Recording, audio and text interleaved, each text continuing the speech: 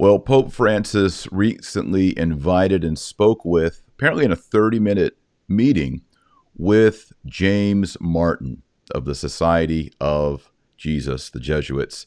And at first, we didn't know what was spoken at this meeting. There's a picture on the screen. You can see James Martin on the left and Francis on the right. But recently, James Martin revealed what went on that meeting in New York City at a small meeting. And guess who was there? Our stalwart George Neumayr. George, how are you?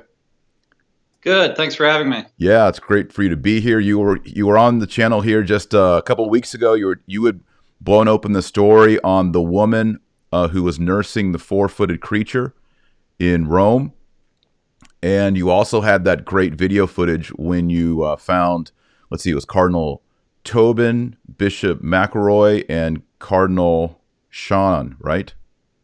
Or yeah, Sean O'Malley. You're right. Yeah, right. He goes by Cardinal Sean, so I give him the Cardinal Sean. So good work, man. You're just all over the place. Rome, New York, just busting open stories. Thank you. Yeah. I saw an opening on Sunday night. I saw James Martin had advertised on his Facebook page that he was going to be speaking to this LGBT group called Out at St. Paul, which that immediately made me laugh, because who could be more of a critic of homosexual behavior than St. Paul? And Precisely. Yet here's this LGBT group called Out at St. Paul. And it said that he was going to be speaking after the 5:15 Mass, the young adults Mass. And so I saw, I thought that I could get some news out of going to it. And of course I did. Yes. Did no one recognize you from the very beginning? I was expecting somebody to recognize me. I was just sort of sitting quietly in one of the middle rows, and James Martin didn't recognize me. Although, when I stood up during the Q&A session, he confronted me and he said, "Are you a reporter?" And I said, "Of course I am." And I wasn't gonna hide my status as a journalist. And in fact, the whole meeting was kind of ludicrous, because it was predicated on James Martin saying, "Oh, this is off the record," as if an open meeting in New York City, that's advertised on Facebook, could be considered off the record. So he was being very manipulative and controlling. And I just went into it thinking that he was going to say something newsworthy about that meeting with the Pope, and he did. And he actually, for the first time, described the contents of the conversation he had with the Pope. And so that was the point of my going, was to find out what the Pope actually said to him. Yeah, it was interesting when we watched the footage of you speaking to the cardinals in Rome. Immediately, Cardinal Tobin recognized you. He was like, "Oh, George!" I'm like, "Oh no, here he is." So I guess when it comes to Cardinal Wuerl or Monsignor Rossi or the Cardinals or now James Martin, your face pops up and they think, "Oh no, we got George Neumayr." So, all right, well, tell us what he said. What went down in this. And it was a 30-minute meeting, as I understand it. What went down between Pope Francis and James Martin in this meeting? Yeah, well, Martin was pretty much gloating over this meeting and talking about it as this enormous propaganda coup for the LGBT cause. And he said that he was very eager to tell these homosexuals and lesbians that they should go back and tell their friends that the Pope completely affirms them in their homosexuality, and that he knew this because during the 30-minute meeting, he detailed a lot of the complaints of the LGBT community within the church. And the most blatant thing the Pope said was, after Martin said to him that LGBT Catholics feel discriminated against, and they feel that a lot of pastors are homophobic, and so Martin said to the Pope, "What should those LGBT Catholics do when they are confronted by a homophobic pastor?"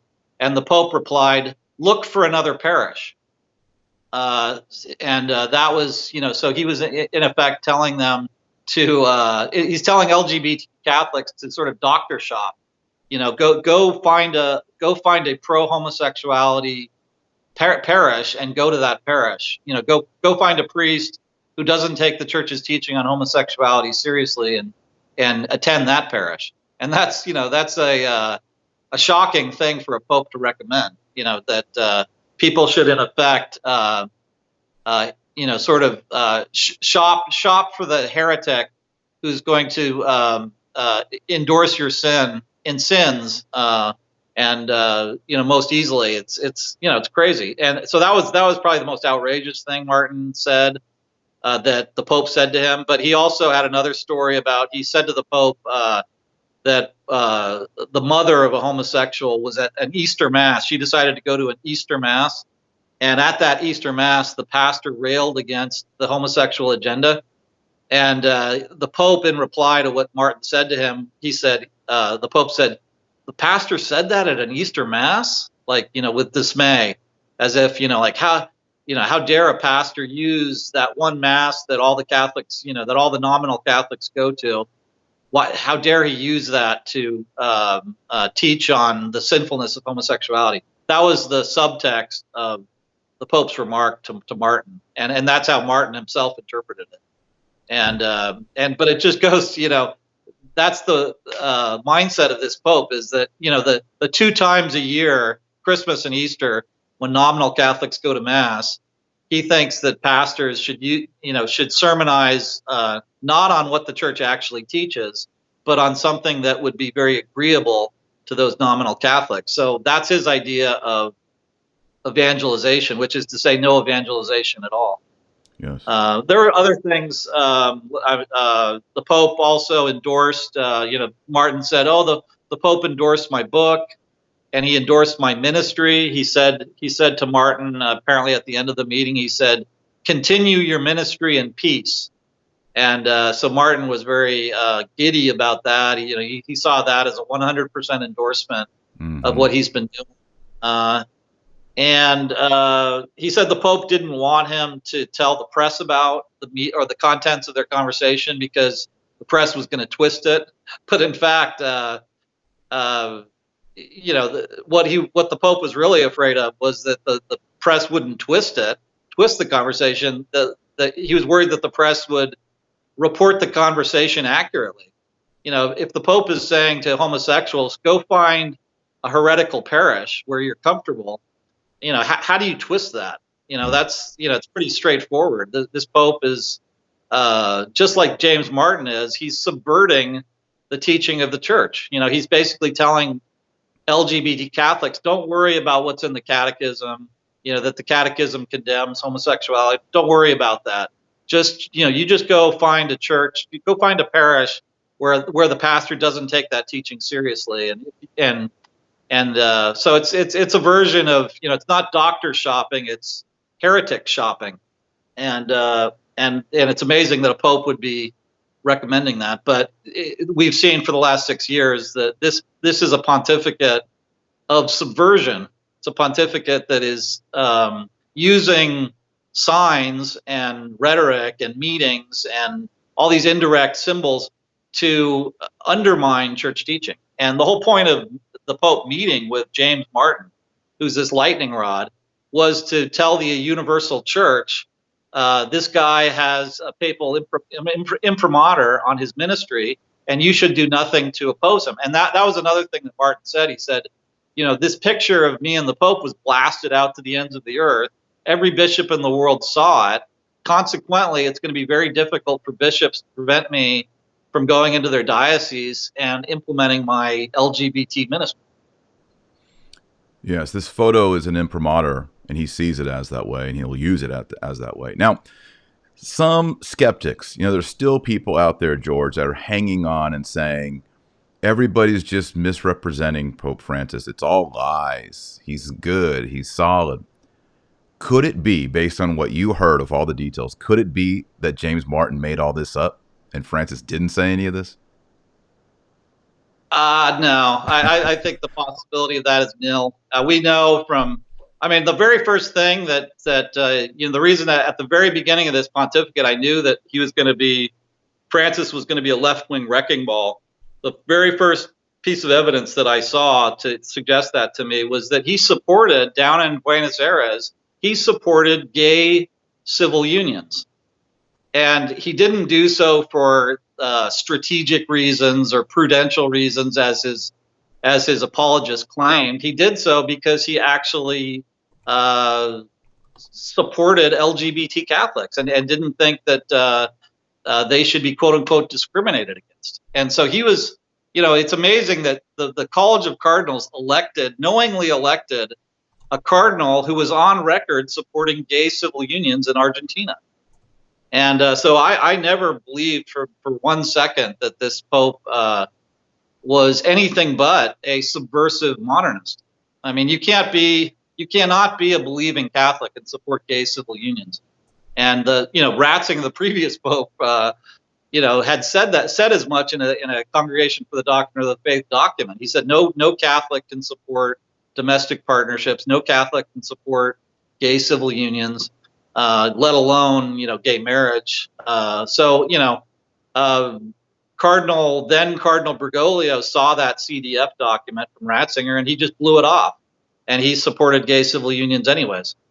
And I had heard stories about him baptizing the babies of gay couples down in Buenos Aires, and so there were, from the very beginning of this pontificate, there were clear signs that he was a subversive modernist.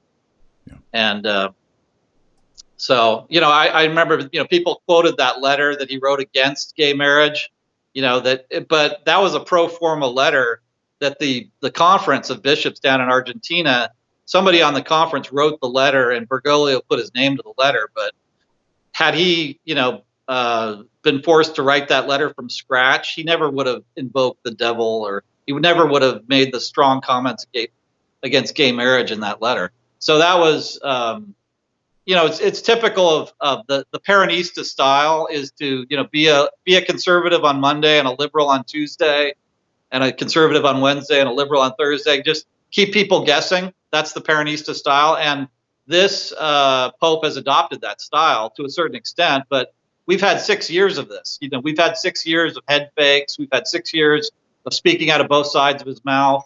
And there's no excuse for anybody at this point not to see him as a subversive modernist. Yeah. What was the crowd like there? What was the response? I'm assuming if you show up for a James Martin coffee side chat, you sympathize with him. Was there anyone else there that expressed maybe any disagreement or disapproval, or what? Or were you the only one sticking out?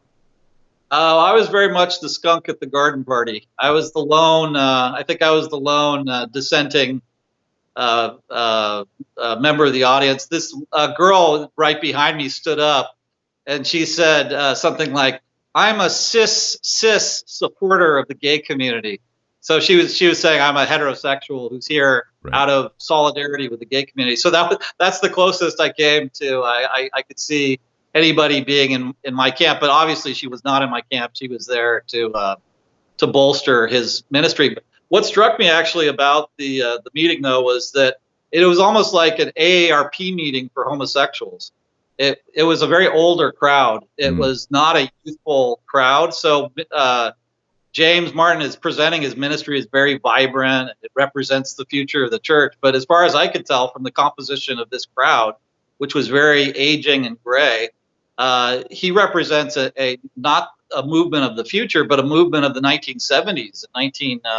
It was sort of the dignity crowd. It was the sort of people who used to go to the dignity meetings that even the USCCB had to condemn, and New Ways ministry. It was sort of that crowd. It was like dignity and New Ways ministry retreads at the meeting. And so I would say it was at least 60 to 70% of the people there were over the age of 50, and there were a smattering of 20-somethings, and there were some lesbians there.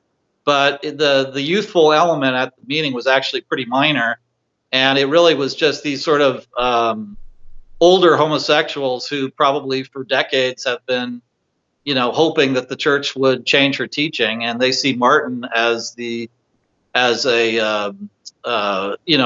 proponent for that. And I had said to him during the Q&A session, I said, I guess we'll get into this, but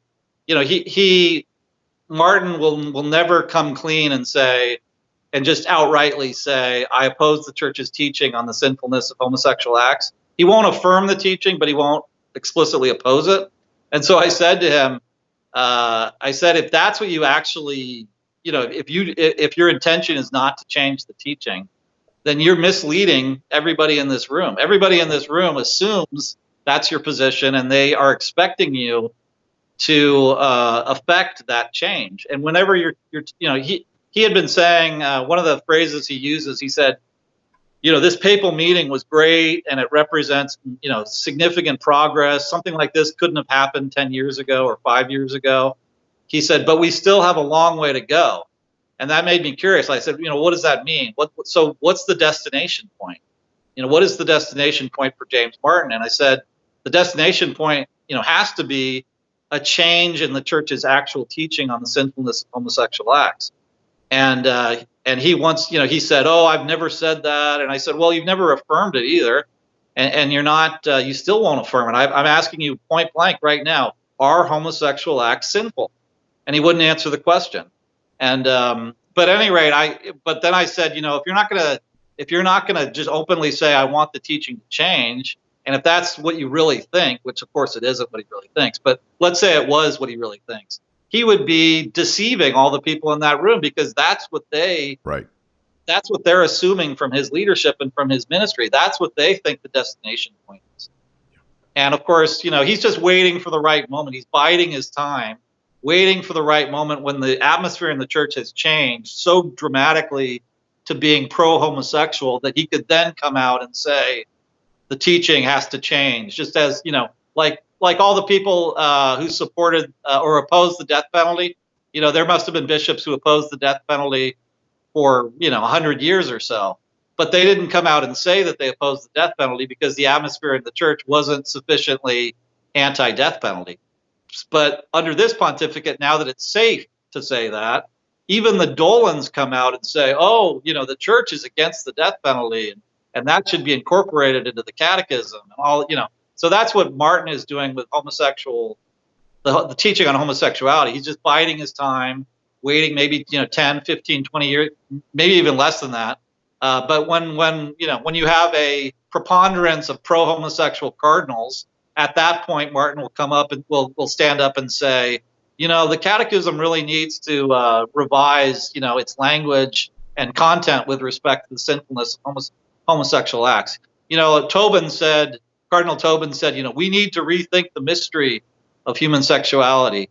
And, the more comments like that are made by bigwigs in the church, the more likely it is that Martin at some point is going to say, just like the church had to change her teaching on the death penalty, now she must change her teaching on the sinfulness of homosexual acts. Yeah. So he's just playing in his mind. He's playing a long game, Yeah. But we of course know from all the intermediate things that he does, like affirming, like has he ever condemned the group Dignity? No. In fact, he's celebrated it, and we know that Dignity's on record saying that the church's teaching needs to change. He's supported New Way's ministry, which supports a change in church teaching. So he supports all these groups and all these people who support a change in the church's teaching. So, how can you support those groups without also supporting their agenda?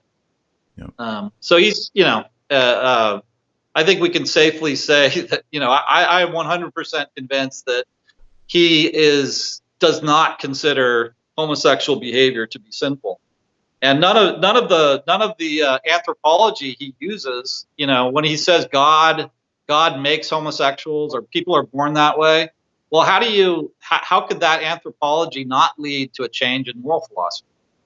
If that's your anthropology, that God positively wills, like from the beginning of before Adam and Eve sinned, God intended for human beings, males to lust after other males. I mean, is that really if that's the anthropology you're using, then of course you're going to support a change in the church's moral philosophy in the direction of saying that these acts are good and natural and normal. That anthropology does not fit with the natural law Thomistic framework of existing church teaching. It just doesn't. No. A lot of people watching may not be familiar that James Martin has a very popular book on LMNOP, LGBT ministry that has some blurbs on there from prominent cardinals. I think a lot of people miss this, but this was, I think, his first big foray into being bold. I mean, he even put a rainbow on the book cover. It's called Building a Bridge, isn't it? The book? Yeah, Building a Bridge. Yeah. And it has Cardinal Farrell writes a blurb on it on the back cover. Do you remember who else? He probably got Tobin to write one. I think Tobin's on there as well. He was at this meeting. He was praising Tobin to the skies and saying, you know, he said you can measure the change in the church by the change in rhetoric that's come out of Newark. Because he said, you know, under Archbishop Myers, you know, Myers would never be explicit in his support for homosexuality. But now Cardinal Tobin, he said, now Tobin will hold masses for LGBT Catholics, and, you know, they can have pilgrimages to his cathedral. And just, you know, I should mention something, though, that I did not report in my Church Militant article. I forgot to report this, but it's very telling. And that is that one of the homosexuals in the crowd got up and he said, who should be the patron saint of our ministry? Who should be the patron saint of this Building Bridges LGBT ministry? And the person that Martin said was, it should be Father Michael Judge. And well, Father Michael Judge, it's come out that Father Michael Judge was a practicing homosexual. You know, it wasn't just theoretical. He was carrying on with a Filipino nurse the last year of his life, or had an active gay layered correspondence with this Filipino nurse. And Martin knows that. Martin would know all the scuttlebutt about Father Michael Judge. And he says that Father Michael Judge should be the patron saint of the LGBT ministry within the church. Yeah, so he's endorsing homosexuals who are sexually active. There's no doubt about it. There's no doubt about it. And when you ask him directly, or anyone asks him directly, he doesn't deny or affirm, and that gives you everyone your answer right there. Yeah, and he said, "Oh, I look forward to the day when homosexuals can kiss each other on the mouth during the kiss of peace in Mass, and you know, the day that happens and Catholics don't flinch, that's a day when we know we've arrived in the church." So he's in favor of that. Oh yeah, another thing he said, this was important, I forgot about this. He whined to the Pope about all the gay married people in the church who lose their jobs. He said, you know, it's terrible, Holy Father, that you know, these people at these schools who are in gay marriages, they often get fired. And the Holy Father didn't challenge that and didn't say, well, you know, that is church discipline. And, you know, he didn't say anything like that. He just listened, apparently. And so James Martin is on the record saying that gay married people have a right to employment within the Catholic Church.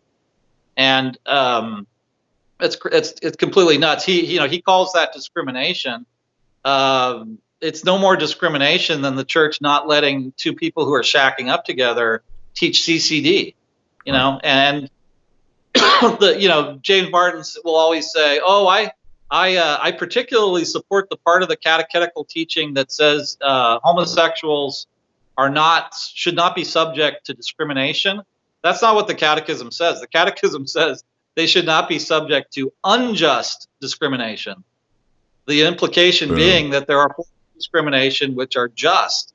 You know, not letting a gay couple adopt a child is just discrimination. That's a just form of discrimination. That's a rational judgment.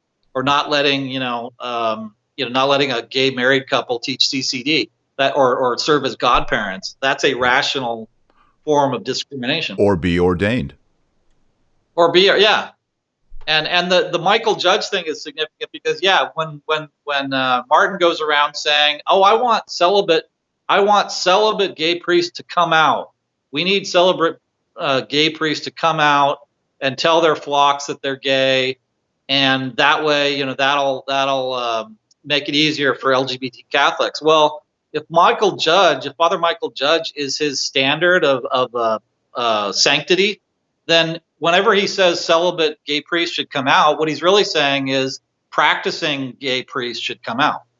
His definition of celibacy must not exclude the sort of behavior that Father Michael Judge engaged in. Yeah. Apparently you can have a correspondence with a gay Filipino nurse and be a celibate gay priest, according to James Martin. But, anybody knows that, what he's really saying is he wants he wants priests to tell their flocks, in effect, that that they're living the gay lifestyle. Yeah. And I mean, even if you put the best interpretation on what he said, which is that a priest would come out and tell his flock, "Oh, I'm attracted to men." Just even that is ludicrous. I mean, what are the wives in that congregation? What are they going to think? Oh, Father so and so just told me that he's attracted to my husband, or he's attracted to my 18-year-old son, or whatever. It's like that's you really want that in a parish? That's going to build trust, and if I heard that, if a priest did that, the first thing I'd do is leave. I'd leave and never come back. So he's actually, when he said celibate gay priests should come out, it's a formula for division, chaos, and scandal within the church. The only good thing about it is that if you did have a 16-year-old son who is thinking about becoming an altar boy, and you heard the guy come out, at least you'd have some, information with which to prevent your son from becoming an altar boy. But the whole thing is just nuts, and it's amazing that the people in the church at the highest level, including the Pope himself, have given their blessing to this campaign of subversion within the church. And to be specific, Pope Francis. Yeah, Pope Francis is all in on this, folks. He's all in. Look at the picture. He's all in. And unless James Martin is completely lying and he made up this whole fantasy meeting, really Pope Francis just talked to him about, Christology and, Thomas Aquinas or something. But most likely, Slim Jim Martin's telling the truth. And they had a meeting all about LMNOP, LGBT. Yeah. Think about that. Yeah. Think about that. And what's scary is that he said after the meeting, he got all this newfound respect from the cardinals at the Vatican, including the guys over at the Congregation for Education. And he got a meeting the next day, he said, with these semi-conservative cardinals at the Congregation for Education who had produced a document on gender ideology a few years back called, Male and Female. And Martin wanted to have a meeting with them to tell them, that you need to change the language of this document. It's, the language you used is very, very offensive to transgender people. And I think Martin called the document transphobic, So he said, I went over to the Congregation for Education to tell them that their document was transphobic. And he said when he got over there that these guys were practically bowing and scraping before him, that they were so respectful. And they're like, "Oh, how was your meeting yesterday with the Pope?" And they were all ears, and they wanted to hear. So he was basically saying, in the court that is the papacy, by getting a meeting with the king, I rose in everybody's estimation, and they were very eager to hear my demands, basically. Yeah. And it just shows you what a bunch of rubber stamps most of these cardinals are, and how they all have their finger up to the wind. And they're just worried about, they're not worried about the integrity of the faith. They're worried about the preservation of their own power and their own standing within this court. Yeah. It's just, it was a very, here's another telling thing, which I mentioned in my Church Militant article, which is that at the day after the meeting, or maybe 2 days or 3 days after the meeting, there was the consistory, where all these new cardinals were elevated, all these bishops were elevated to cardinal. And Martin said, I was so thrilled with the consistory. It was the most LGBT friendly consistory in the history of the church. And, he said that some of the new cardinals came up to him I guess he was at the consistory. And so he said one of the cardinals came up to him, this guy from Luxembourg, Archbishop Hellerich or something like that, now Cardinal Hellerich. And he said, Cardinal Hellerich said to him something like, I really support your ministry and what you're doing. And the head of state in Luxembourg is homosexual. And he's in a wonderful, the head of state's a great guy, and he's in this wonderful gay marriage. This is what the cardinal told James Martin. Right. And he said a bunch of other cardinals made very supportive remarks to him as well, including the Jesuit who went from priest to cardinal, Sersny. In fact, one of the guys who was elevated to being a cardinal, the guy from is it Bologna? He actually gave Martin a blurb for building bridges. That was so one of the clerics who gave a blurb to this horrible book was made a cardinal by the Pope. Of course. I think he's Of course. All right, so at this meeting, I want to put the picture up on the screen here. I love this picture. Let me blow it up bigger. So this is the actual meeting that George Martin had. It looks like it's in like it doesn't look like a meeting hall, but everybody looking at the screen, look all the way to the far left, and you'll see George Neumayr. He's in the third to last row, far left on the aisle. He's looking down. And you can see the whole crowd here. So what kind of room is this? It almost looks like a school classroom. Yeah, I was in the parish center. It was one of probably a classroom in the parish center. Maybe 120 people or so, 125 people. And I was surprised because because it was after the young adults mass, I was expecting it to be all young adults, and it wasn't. And then I was expecting the crowd to be much bigger. And I was surprised that I actually got a question in during the Q&A session, because I was assuming that he was going to be much more guarded and much more. But we can go into what happened during the Q&A session. Yeah, let's do that. I want to hear the details. Did you by any chance record this whole thing? I should. I did not. I couldn't quite pull that off with my phone. But I was. Thinking that I had zero chance of getting a question in. And it was kind of a spur of the moment thing. The whole thing was spur of the moment. Mm-hmm. I happened to be in Manhattan that night, that afternoon. And I thought, I'll go over to St. Paul's and see what happens. And I didn't think that I was going to be able to talk to Martin. But during the Q&A session, a bunch of guys asked questions. And then the moderator said, one last question. And I stood up. And Martin called on me, and I just started asking. I said, what's the destination point for this ministry of yours? Do you want to actually change the church's teaching, or do you consider homosexual acts to be sinful? And at that point, he started quizzing me and saying, are you a reporter? And I said, yeah, I'm a reporter. And who cares? Answer the question. This is a substantive question. George, did he recognize you or not?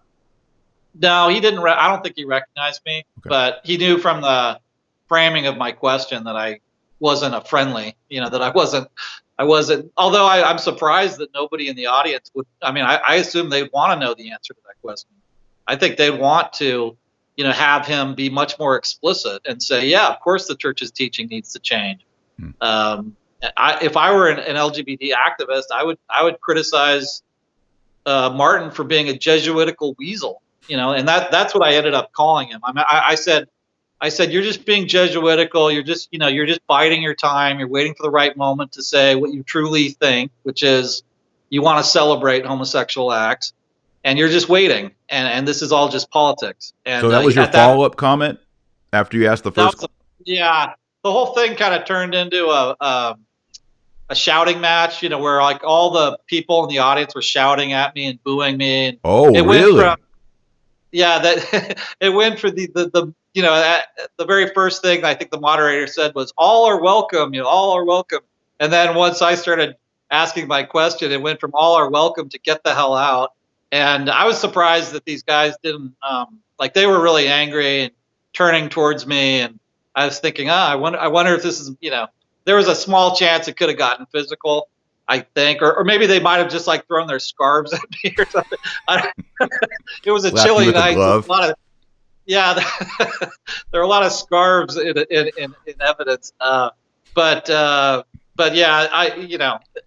some of them were muttering, "Oh, we need to call a journalistic association and report this guy." That was one comment I heard, which I Do found that. funny. That what are they going to do? Call up my mother and tell her I'm behaving badly or something?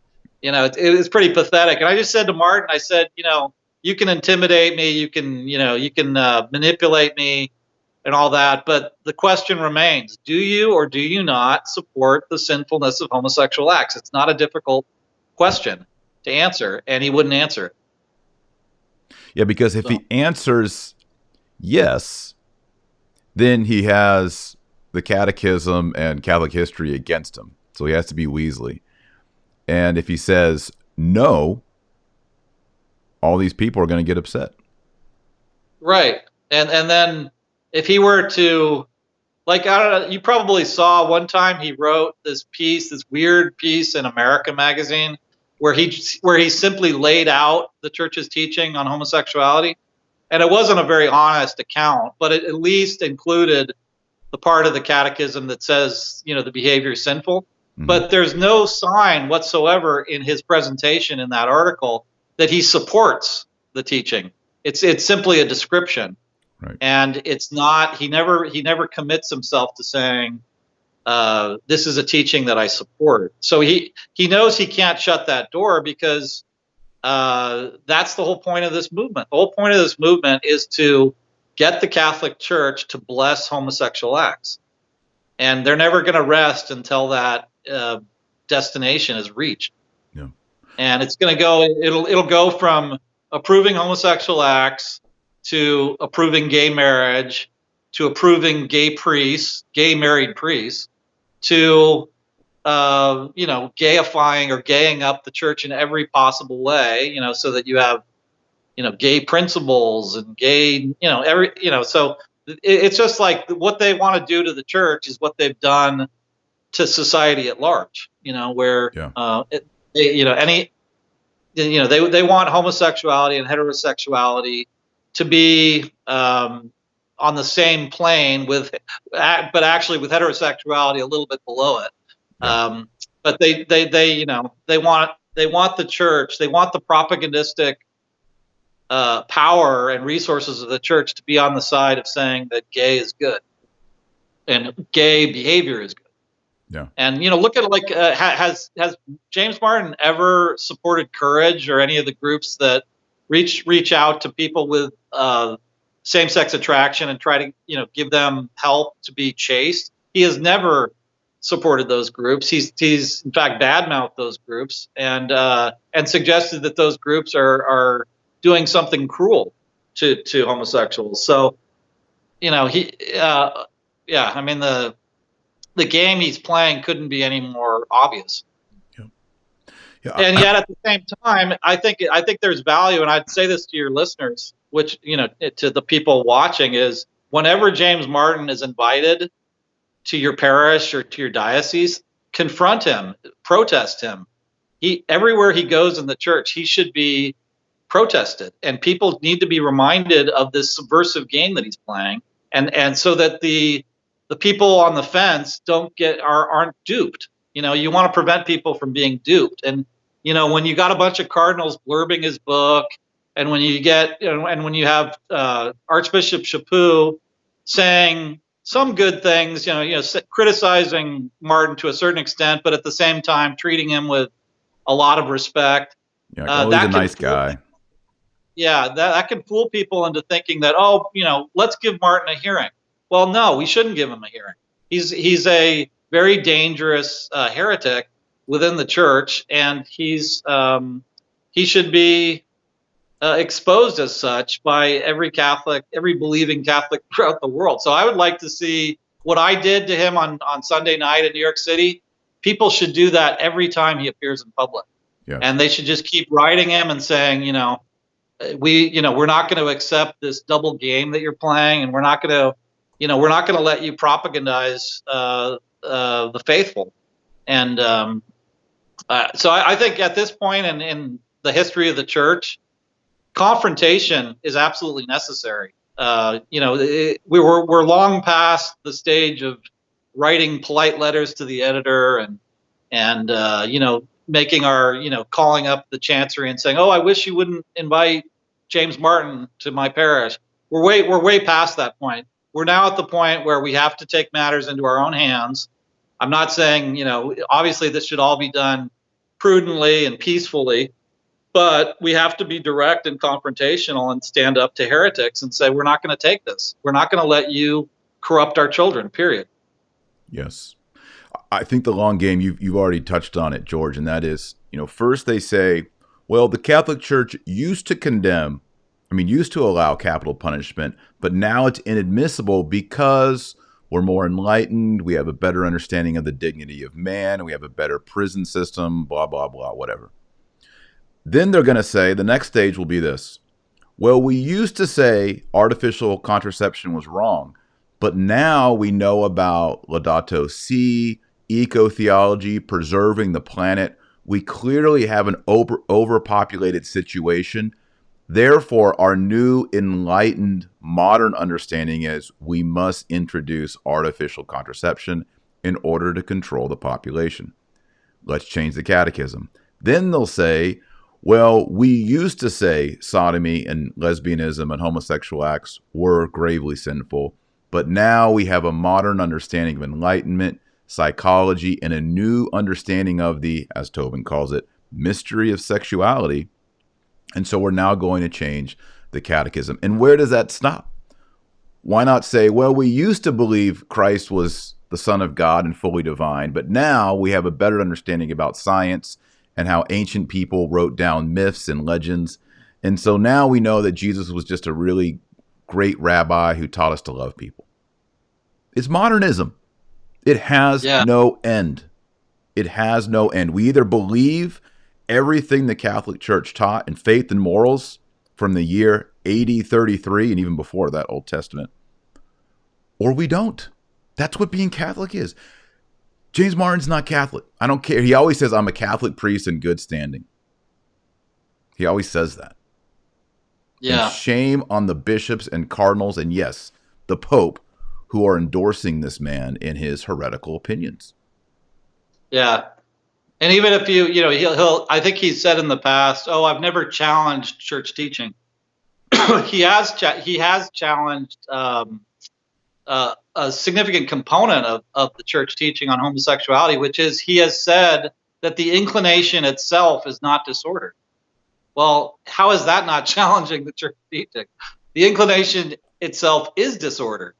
And the church has always taught that. And the anthropology of the church has always been on the side of saying that inclination is disordered. And so that part of the teaching he has clearly rejected. The part of the teaching he won't explicitly reject yet for political reasons is the part, saying these are sinful acts. But he's just waiting for the right moment to reject that part of the teaching. And every time he refuses to affirm that part of the teaching, he's sending a signal that he's waiting for that part of the teaching to change. And just like Francis was sending a signal, the Marshall McLuhan, the expert on communications, he said he was famous for the saying, the meeting is the message. Well, that's the Pope's mindset. With Martin, the meeting was the message. I'm meeting with this LGBT activist, and the message that you should take from that is I support everything that he's doing. And so Martin is not wrong when he says that the meeting was a massive propagandistic coup for his side. It was. And he does have the Pope supporting his book, supporting his ministry, supporting his subversion. And in fact, one of the things I forgot to mention is that when Martin's side of the conversation was over, I guess Martin dominated the conversation, but the Pope was listening very attentively. But then when the Pope got in a few words, he wanted Martin to know, he said, I want you to know all the pro-LGBT things I've done. And the very first thing he pointed to was his "who am I to judge" comment. He said, I I made that comment. Who am I to judge homosexuals for the reasons of sending the signal that I want these people to be affirmed in their homosexuality. And then he mentioned how he wanted some of the other things he's done, like he's had all these meetings with gay activists and trans activists, and one of his favorite pupils from Buenos Aires is a transgender guy or woman, I can't remember which. The Pope had a funny comment. He said that he who was a she, who's now a he or something like that. He made a big show of meeting with this guy, and that was at the same time that he snubbed the Kim Davis. Remember the Kim Davis, the woman, the marriage clerk who wouldn't grant licenses. She briefly met with the Pope on a rope line, and then the Pope right afterwards made it clear that it was a mistake, that they shouldn't have met with her, and that it was a meaningless rope line meeting. But that at the very same time he was saying that, he was meeting with this transgendered former student of his and that guy's partner, married, I guess, spouse. And so these are the kinds of things that the Pope was saying to James Martin. Look, you've got a Pope, you've got an LGBT friendly Pope, and here are the examples of that. And so James Martin said that he was very impressed by all that too. But it's amazing to me that the establishment media, or the Catholic establishment media, has done no follow-up on what I reported. It would be very easy. I mean, let's say they don't believe me. Let's say that they think, oh, we don't want to quote this guy. All they'd have to do is pick up the phone and call James Martin and say, what did George Neumayr report that was wrong, or what did he report that was right? And they could get a story out of that. But they're not even going to do that. They won't even do that. And I mean, James Martin would probably say no comment, or I don't know what he'd say, but it'd be very easy for them to do a follow-up story. But nobody's done that. Like, I have seen nobody, like National Catholic Register, EWTN, nobody's going to do any follow-up on what the Pope actually said to James Martin. And that's a very important story, and it just shows you how derelict and useless our Catholic establishment media is, to put it bluntly. They just will not report. They will not report real news. It's all just it's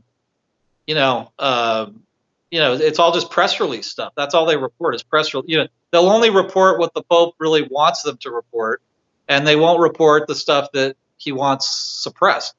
And yet that is the very definition. The very definition of news is whatever the powerful want suppressed, that's news. What they want out, what they want published, that's propaganda. That's advertising. Yeah, you see it with the whole Jeffrey Epstein thing that's been breaking out. Yeah. So we have a media that basically news has been reduced to whatever the liberal elite wants published. That's right.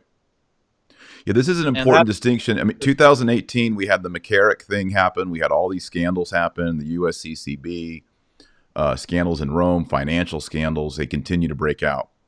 Most people don't know about it because there's another scandal. The Catholic news agencies do not report this stuff.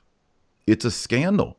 The only people who are actually able to do it are people on YouTube channels, or George Neumayr, who's going around taking donations and flying to Rome and New York City and DC and doing real journalism, saying, oh, McCarrick's staying in this house. Monsignor Rossi has this home. Here's where his mail's going. Hey, I'm tracking down cardinals in Rome. Literally no one is doing this. It's a scandal.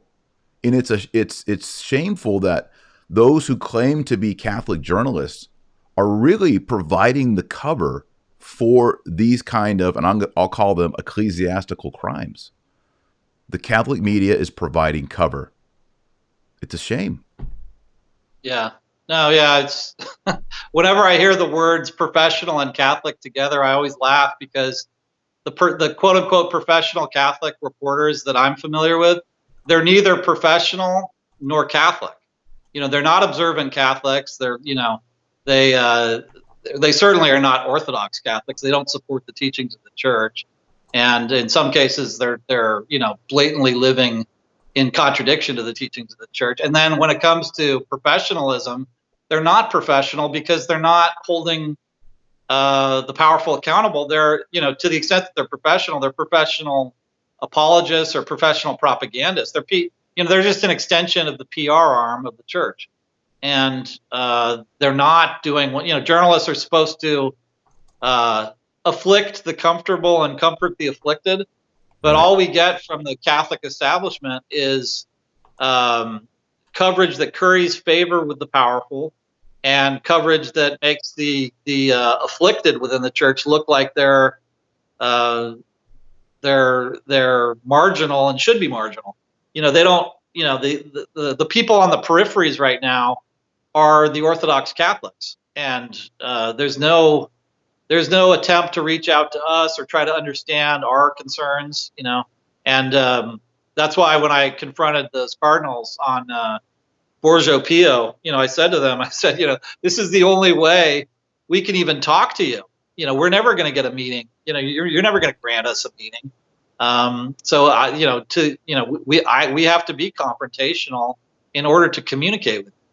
And the media, the establishment media, the reason that they have all the access that they do is because they're part of the bishop's propaganda machine. Yep. But that's why everybody can do what we're doing, though. I mean, that's one of the heartening things about social media, is that all Catholics can do what we're doing. You don't have to have a journalism degree to walk up to a bishop and say, "Why are you teaching heresy?" Yep. You don't have, and people can use their Facebook pages to film, some pastor delivering a heretical sermon. I mean, we have all the instruments necessary to shine a light on the heresy and scandal within the church, and anybody can do it. So I'd like to see 1,000 flowers bloom. What you're doing is, what you're doing is you're paving the way for future podcasters to do what you're doing, and that's going to have a huge impact on the church for good. And podcasts, I mean, what you understand and what Michael Voris understands, and is that video is king. At this point, you need video. You need, video gets the biggest bang for your buck. And so when you're talking about these things and you're illustrating them for your audience with pictures and with videos, that has a huge, impact for good. But the printed word is necessary insofar as sometimes there are stories that are very detailed, and you need to write it up, and then hopefully the folks who have video, the podcasts and talk shows and things like that, will pick that printed material up and give it a wider audience. Yeah. But we do have, even though we don't have the resources of an EWTN or these other folks, we can have 100 times more impact than they do because of our willingness to deliver real news to people and to tell people what's actually going on. And there's a thirst for that right now because people can see, and with the whole Pachamama thing, that for a lot of people has been it's a watershed, eye-opening moment in the church. And it's very difficult for people now to go back and say, oh, this Pope is misunderstood, and this is all just a bunch of cranky conservatives twisting his words. And they can't do that. So this is the moment for us to really hit the accelerator and really shine a light on what's really happening in the church, so that we save the church, so that we, and we're the, we're instruments in the hands of God. This is all about reclaiming the church for Jesus Christ. It's his church. It's not Cardinal Tobin's church. It's not Jorge Bergoglio's church. It's not, this, I know that all the not the soft right, but the sort of, the apologists for the Pope, they basically act right now like this is the sect of Jorge Bergoglio, and that we have to conform to the sect of Jorge Bergoglio, and that's the standard of Catholicism, is whatever Jorge Bergoglio wants, that's Catholicism. No, it's not. Yep. And that's placing Jorge Bergoglio above Jesus Christ. He is the servant of Jesus Christ. Right. And to the extent that he's a bad servant of Jesus Christ, we're not to follow him any more than you should let somebody punch your children or stab your children, or Saint Robert Bellarmine said, if a pope came up to you with a sword and he started to stab you, would you just have to stand there and take it? No, you'd have every right to defend your body against the pope who's attacking you. Similarly, you have a right to protect your soul against the pope who's attacking you. Yes. If a pope walks up to you and is saying something heretical, that's an attack on your soul and the souls of your children, and you have a right to defend yourself. Absolutely. George, I've heard from number of priests, and the numbers vary, that in the United States of America, 50 to 60% of the priests are same-sex attracted. 50 to 60 priests. I've heard someone say up to 80%, but the numbers I hear from priests who I know and I trust, they say 50 to 60, over half, but 50 to 60%. And amongst those, 10% of them are sexually active. What you do a lot of investigation. Do you think those numbers are accurate? Could you say the last part again? I didn't catch the last part. Okay, so what percent? United States priests, 50 to 60% of all Catholic priests in the United States are same-sex attracted. Of those 50 to 60%, 10% of them are sexually active. Like have boyfriends, going on dates, living the lifestyle. Do you think that those numbers are accurate? I would say the first number is probably in the ballpark. Might be a little higher, but it's probably in the ballpark. But the second number is way too low. Oh. I would say that the majority of them are practicing homosexuals at this point, in one way or another. Maybe they don't have boyfriends, but they're not keeping their vow 100% of the time, or even trying to. In fact, I had an interesting conversation with this priest who told me he was a priest who was trying to be celibate and chaste, and for years and years and years he was celibate and chaste. I think he had been a priest for maybe 15 years or so. So let's say 13 out of the 15 years he was trying to be celibate and chaste, and he never had a boyfriend or anything like that. But then he said this is a guy who had been abused actually by a priest. So he was really a kind of damaged person. Mm-hmm. And it's amazing probably that he was able to be celibate and chaste for 13 years. But at any rate, he broke down and he just decided, screw it all. I'm going to break my vow. I'm going to I'm going to go on gay dating sites. And he said at that point, during this period, when he just sort of threw his hands up, gave up, he went to a priest, another gay priest, and he said, I feel like I should quit my priesthood because I have no intention of being celibate and chaste anymore. I'm going on gay dating sites. And this priest literally said to him, oh, don't worry about that. A lot of us do that. You can make the two things work. You don't have to leave the priesthood. You can go on gay dating sites and be a priest. You don't have to give up your priesthood. And this guy was shocked by that. He thought, no, I can't. I mean, he was committed to living a sinful life. And so St. Paul at one point said of one of them, I can't remember who it was. Remember St. Paul in one of his letters says, so-and-so went back to the world. Mm. He said, Demetrius went back to the world. Like that was Paul's shorthand for Demetrius has no intention of keeping his vows and living a good priestly life anymore. He went back to the world. Well, this guy wanted to go back to the world. And yet this priest was telling him, you can make a sinful life in the priesthood work. You don't have to give up. You don't have to give. The two things are compatible. And I said to this guy, I said, do any of these priests before they say mass, do they ever go to confession? And he just laughed. This guy laughed. He's like, of course they don't. Of course they don't go to confession. That's so passé. Like the idea that a priest would need to go to confession before saying mass and not have mortal sin on his soul. That's just passé. Nobody takes that seriously anymore. So why was this priest telling you this? Was he repentant or was he just bragging? He was just actually being honest. He's an abuse victim, and I had met him I saw him at the press conference, his press conference, and he told me his story, and it's a horrible, terribly sad story because one of the reasons why he couldn't keep going as a priest, and why he ended up giving up and just resuming the gay lifestyle or pursuing that, was that he was being hit upon all the time by other priests. And one of the reasons why these priests would hit upon him is that they knew he had been abused, and they would in fact say to him things like, you know, we know you've already been with Monsignor so and so, so what's the big deal with, you know, you're being with me? You know, that was the attitude that these guys would have. And he said it like broke his spirit, and he just couldn't do it anymore. And so he was just that was one of several reasons why he left the priesthood. This is and evil. This is satanic. He wasn't really telling me this out of pride. He was really telling me this out of despair.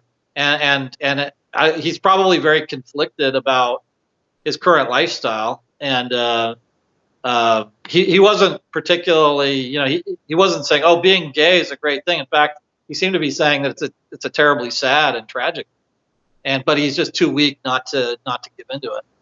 And the Catholic Church and the priesthood didn't make his life any easier. It didn't help give him the resources or the support necessary to keep his vow. This is a plague. Yeah. So, and I'm sure that story is, you could multiply that story by 1 million. You know, I'm hearing stories like that all the time about, you know, priests who, like this one priest said to me, he's an active priest. He said, I don't go to priest conferences anymore because I'm tired of being hit on. I don't go to these, you know, when they have these 2-day priest conferences at some lavish resort. Right. He said the happy hours, you know, there'll be a happy hour at these things, and it just turns into the whole place turns into a gay bar, basically. And he's like, I don't go to these, I don't stay overnight at these things anymore because, you know, it just means being exposed to this horrible gay atmosphere within the church. And it always takes the form of, you know, priests hitting on other priests and bishops hitting on priests. Yeah. And, you know, I find it funny that Bransfield, you know, the USCCB is making this big deal out of Bransfield not being invited to the USCCB meeting in Baltimore. They disinvited Bransfield. What a joke. There are 1,000 Bransfields in the church. I mean, the USCCB conference is overflowing with Bransfield. You know, Bransfield, I don't know why they, Bransfield is the goat, you know, the sacrificial goat for the gay mafia, I guess. But the fact is that there are tons and tons of guys, bishops, who are doing exactly the same thing that Bransfield did. They're misusing money, and they're preying upon their priests and seminarians, or they're having gay relationships. Yes. But, you know, Bransfield is closer to being the rule than the exception. And yet he's being held up as this monster who can't be invited to the USCCB meeting. I mean, what total hypocrites these guys are. I mean, Monsignor Walter Rossi is running the biggest, probably most important church in the United States, the National Shrine of the Immaculate Conception. He was a protege of Bransfield.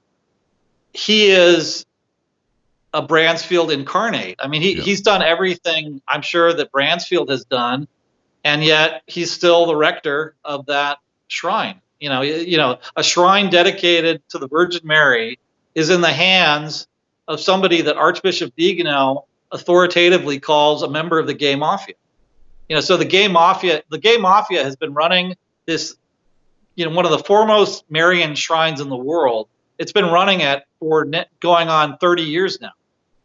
And the damage that's done is, you know, incalculable. The same priests have told me if 50 to 60% of USA priests are same-sex attracted and 10% of them are active, I say, well, what about the bishops? And they say amongst the bishops, it's worse. They say 80% of the U.S. bishops are same-sex attracted. 80%. 4 out of 5. Yeah. Does that sound right to you? That sounds right to me. I think, yeah. And so yeah. And then when you combine that with the just enormous sense of entitlement that they've all got, and the sense that they're protected and that nobody will have the guts to knock them out of power, and now with the protection granted them by Pope Francis, because Pope Francis has surrounded himself with Yes. with Kevin Farrells and with Tobins and with all these guys, these checkered gay, guys.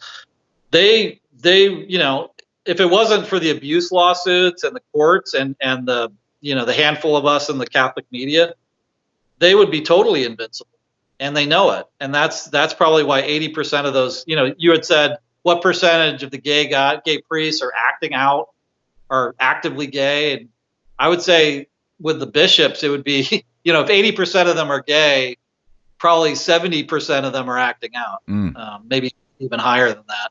Yeah. Or at one point or another. I mean, sometimes I think you have cases where bishops have been acting out earlier in their careers, and then at some point they decide, maybe just for practical reasons, for reasons of optics, that they better knock that off. Mm-hmm. So maybe they, like Remnant Weakland was an interesting case. I don't know if you remember. You remember how Archbishop Weakland took out a $400,000 loan without asking the Catholics of Milwaukee to pay off a gay lover. Uh-oh. You all right? I'm sorry. Oh, yeah. Somebody whack you? Somebody attack you? Yeah, I can't blame that on Father Martin or the gay mafia. Okay. But George, you're sideways now. You're sideways on my screen. Can you turn? There we go. That's better. Okay. Is that okay? There we go. Perfect. It's better. All right. But at any rate, George, can you put yourself more on the screen? Your mouth's at the bottom of the screen. I'm sorry. There we go. Okay. So anyway, Remnant Weakland used $400,000 of the faithful's money to pay off a gay lover, and then he wrote a memoir. He wrote this memoir saying that the church should recognize the genital expression of homosexuality. And the New York Times featured that, profiled him, gave him a big interview. And then he was supposed to move into to this boys' school and the boarding school, boys' boarding school. And the parents basically said, "No way, we're not going to tolerate this." And so he had to stay in Milwaukee. But it's come out basically that Weakland, all during his time as a bishop, he was having relationships with guys. And it was just that one case. It only came out through the payout. That one case came out, but there were others too. And he admitted that in his memoirs. Yeah. And I've also heard of priests who are elderly, who are dying of AIDS, who contracted AIDS in the 80s, early 90s, and are living that out.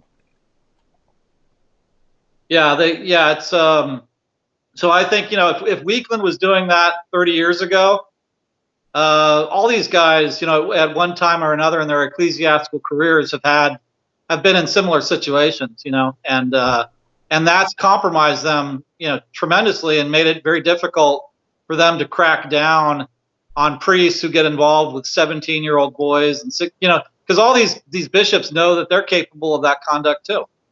It's just like, if you had a football coach looking after 18-year-old cheerleaders and 17-year-old cheerleaders, a certain percentage of those football coaches are going to get involved with those girls.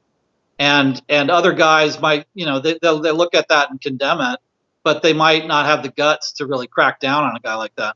Yep. And it's the same with gay bishops. They understand the pederasty.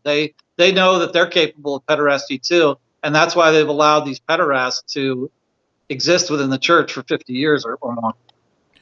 Yeah, when I was trying to figure this out and was doing the research on it, it seems that my belief is that in the early 50s, you started having an influx of homosexual bishops in the American episcopate.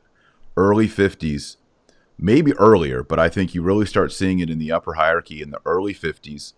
And then from that point onward, they're self-selecting same-sex attracted priests from the priests to then be advanced to become bishops. And I show some of this in Infiltration, the book. This really starts to happen in America. I believe, people could disagree with me, but I think it starts to happen in the early 1950s, where you start seeing homosexual activity and recruitment already present in the United States. So it wasn't something that just popped up in 1982. where we really start seeing a lot of it. That whole culture was being built in the 50s. Right. Yeah, that's true. That and on the East Coast you had Spellman.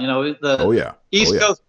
Coast Catholicism was basically the Church of Cardinal Spellman, and Spellman was an active homosexual who named just a ton of auxiliary bishops who were also homosexual, and he made the careers of many monsignors who went on to be bishops in other parts of the country, and so he's one of the godfathers of the gay mafia.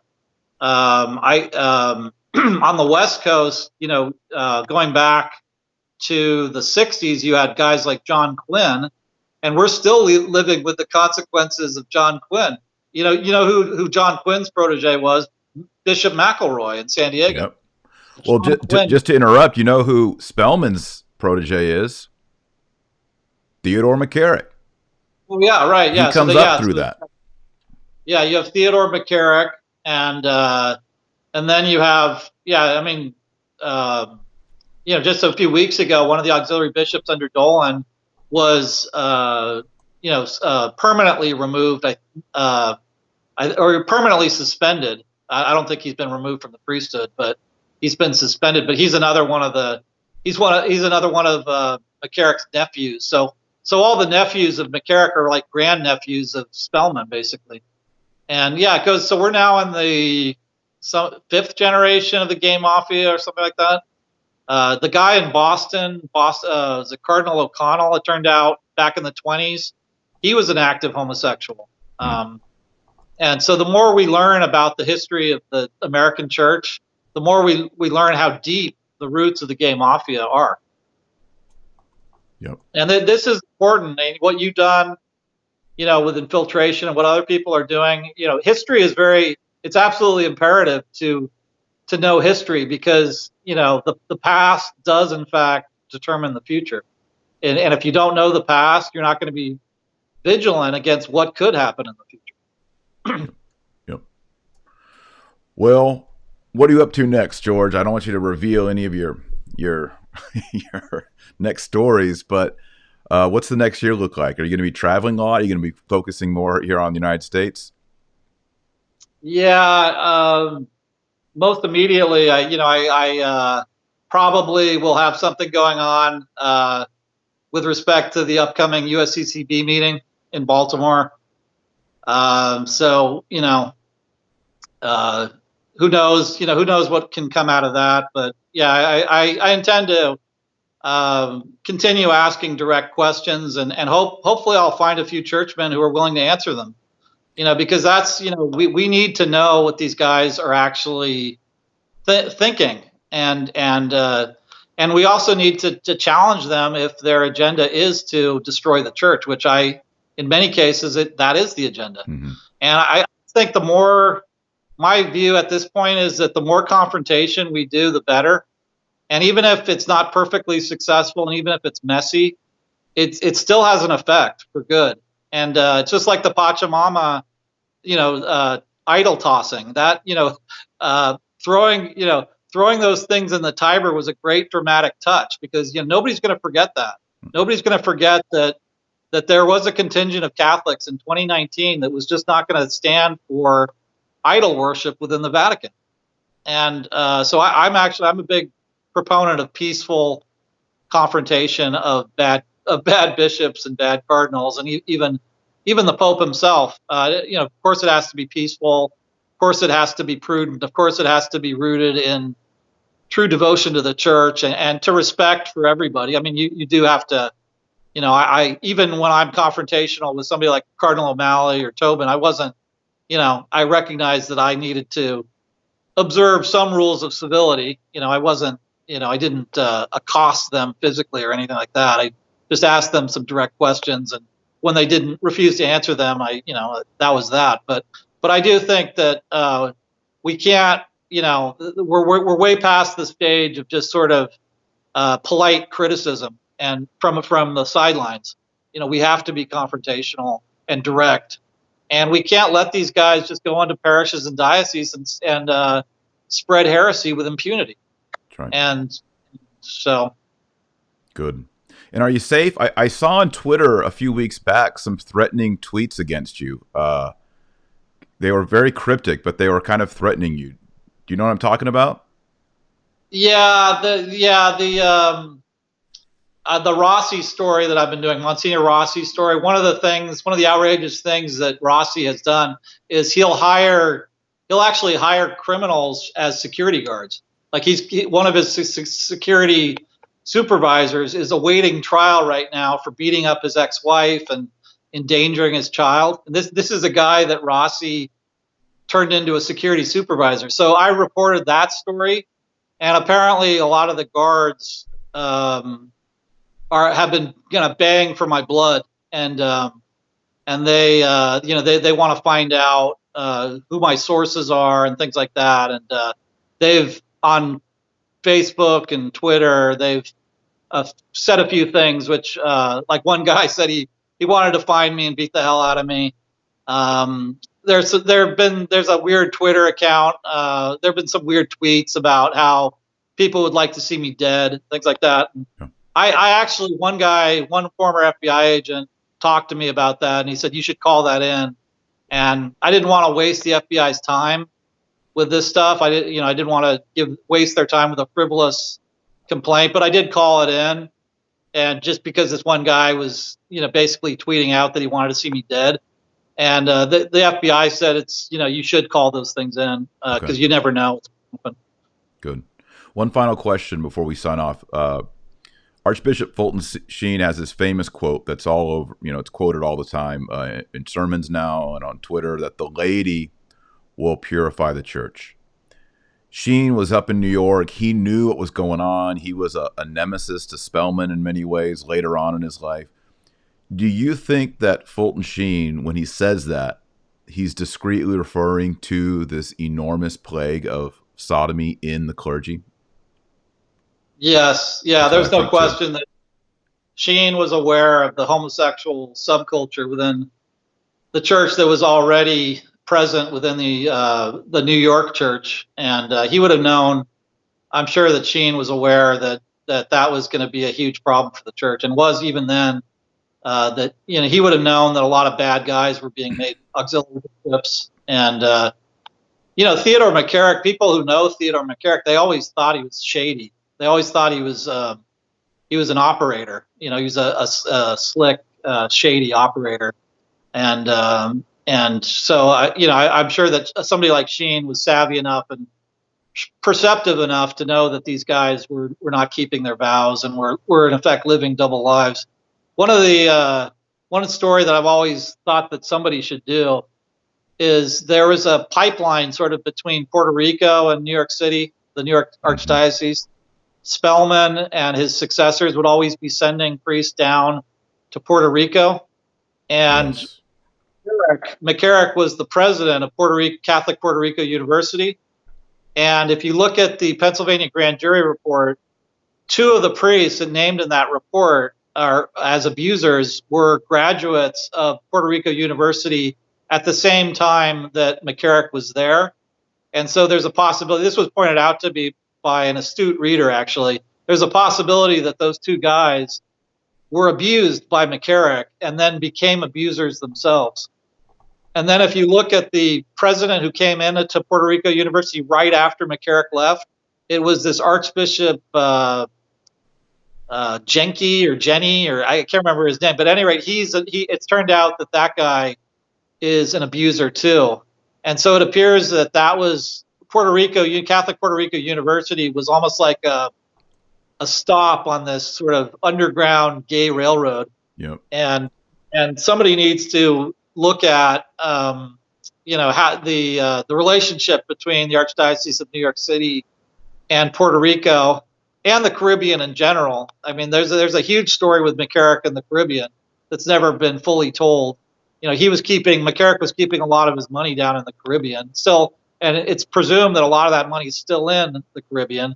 There's an island actually, Turks and Caicos, where McCarrick was keeping a lot of his money, which some people have estimated to be in the hundreds of millions. And if you look at the the church's drawing of diocesan lines and archdiocesan lines. Turks and Caicos was during the period when McCarrick was Archbishop of Newark. Turks and Caicos was incorporated, I believe, into the Archdiocese of Newark. And that's a story that needs to be examined. Is how McCarrick got the church to gerrymander his diocese so that his money could be protected in Turks and Caicos. Yep. Do you think there's any chance that McCarrick will squeal on all these characters? McCarrick knows where the body is. He knows who are the predators. He knows who are the homosexuals. He knows all this, where the money is hidden. Do you think that he might squeal, or do you think he's just going to go to the grave? Well, it looks like the reason the church hasn't kicked him out of that priory in Kansas is that they're afraid of that possibility. Mm-hmm. And it's also possible, the church being, or the hierarchy being so avaricious that they want to get their hands on McCarrick's money, which I think Church Militant has reported that, he's worth, it's possible that he's worth billions of dollars. I don't know where that comes from, but he's worth a lot of money, and he did have an account in the Caribbean. Yep. And it's possible the church is waiting for him to die so that they can get that money. But yeah, I think the more immediate thing, the reason they haven't kicked him out of that priory, which they could, and if he was a racist, or if it came out that he was a KKK member, he'd be out of that priory in a second. But just being a rapist, oh, that's okay. The Capuchins, they'll keep him there and they'll pay for his room and board. And they'll allow him to hold court. I don't know if you saw that article in Salon where he talks to that reporter who it's telling that he talked to, the one reporter he talks to is from a liberal publication. Yes. It's actually Slate. It was Slate. And, but this reporter found out that McCarrick has really not changed his habits. Like, he still demands a VIP menu. He's still angry when his food doesn't arrive quickly enough. He's basically still the same guy, and yet the Capuchins continue to pay him court and allow him to live there. And it has to be because the church is afraid of him squealing, and the church wants his money. Yep. And he's got those ties with China, and there's a lot of money to be had there on that whole underground church deal that went down, which McCarrick brokered. So yeah. The Chinese are perfectly fine with putting millions in a bank account to get a major political deal pushed through the Vatican. And we know from Vegan O that McCarrick was the broker on that deal. Yeah. So yeah, and then I've heard someone say that McCarrick has $1 billion. I'm skeptical of that. But, that he would have millions or even more than that, I think would be, early on he was supported by the Hiltons. But if he was involved in a Chinese deal to basically put down the underground church and regularize the communist Catholic Church, quote, air quotes, that deal is worth millions of dollars, and whoever could pull that off would be richly rewarded. Right, and it's assumed that he was on the Soviet Union's payroll for decades, and I guess if you're getting $1 million plus a year from the Soviet Union for 40 years, you could end up with, a huge bank account in Turks and Caicos. But that's another area that needs to be investigated, is his time, which you talked about with James Greenwich, his time in St. Gallen. Was he an agent of the Soviet Union? Was he getting training to be a mole within the church whenever he went to St. Gallen?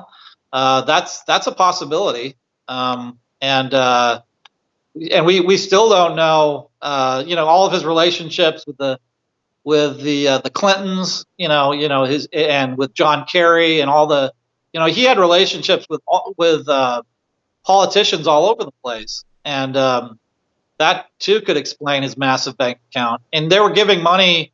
We don't even know how much money he would divert from his so-called causes to his own personal account. It could be that, that people thought they were giving to a charity when in fact they were just giving to McCarrick's bank account. We Yeah, don't know that. James Grind says everywhere McCarrick went, there were white envelopes full of money everywhere they went, especially in Rome.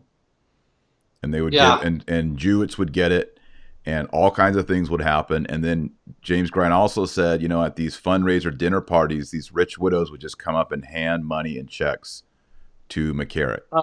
And where was that going? We don't know. And he was also getting Middle Eastern money because he'd take all these trips to Saudi Arabia. Like he probably went to Saudi Arabia more times than Michael Jackson did. And one of the motivations would have been that Saudi Arabia has no laws against pederasty and child sex. You know, that was why Michael Jackson would always be going to Saudi Arabia. You can have sex with boys in Saudi Arabia. Well, McCarrick went to Saudi Arabia all the time, and other Middle Eastern countries, and he no doubt came back with a lot of money from those countries, and so that too may account for his massive bank account. But all these, I think the more the history of the McCarrick, McCarrick's evil is brought out, the more we're going to be able to understand the present in the church and the future of the church. Because so many of the people, so many of his nephews still have power in the church. They're still exercising power in the church. The guy who's going to be overseeing the next conclave, Cardinal Kevin Farrell, he's the Camerlengo. Yep. He was McCarrick's roommate for, was it 5 years, 6 years, something like that? And he was Maciel's driver.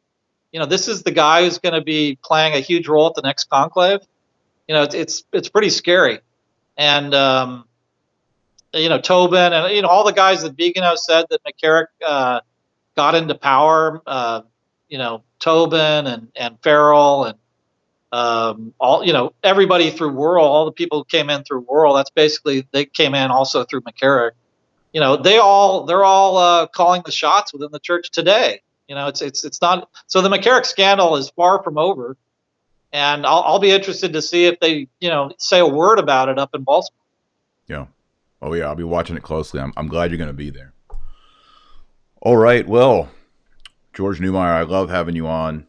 So much insight. I'm so happy that you were there in New York when James Martin divulged his meeting with Pope Francis. I think for them, they're regretting that.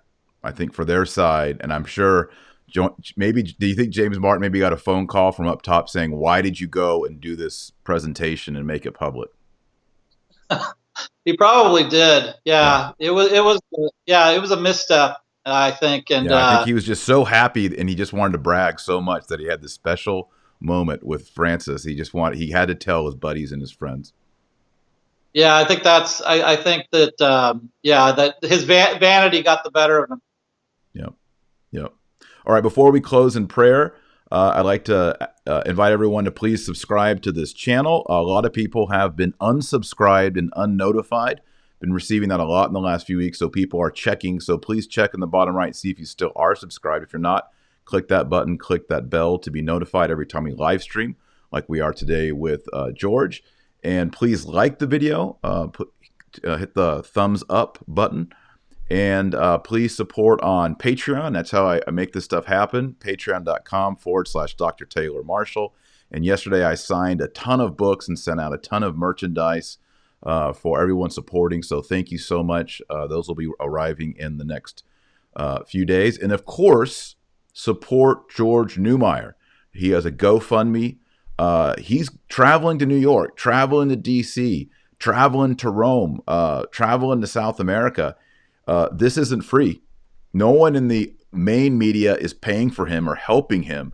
He has to bootstrap all of this. And so this is why I encourage people to support George Neumayr. Don't give money to the Archdiocese of New York or Newark or Chicago. Don't give money to modernists. That's one of my new hashtags. No money for modernists. No money for modernists. Help people who are exposing these horrible things in our church. And one of those people who's doing a lion's share's amount of it is George Neumayr. So George, where can people find the GoFundMe? And I'll put it in the link below the show. Also, I'd ask the moderators to put the link in the live stream. But George, can you give us the link?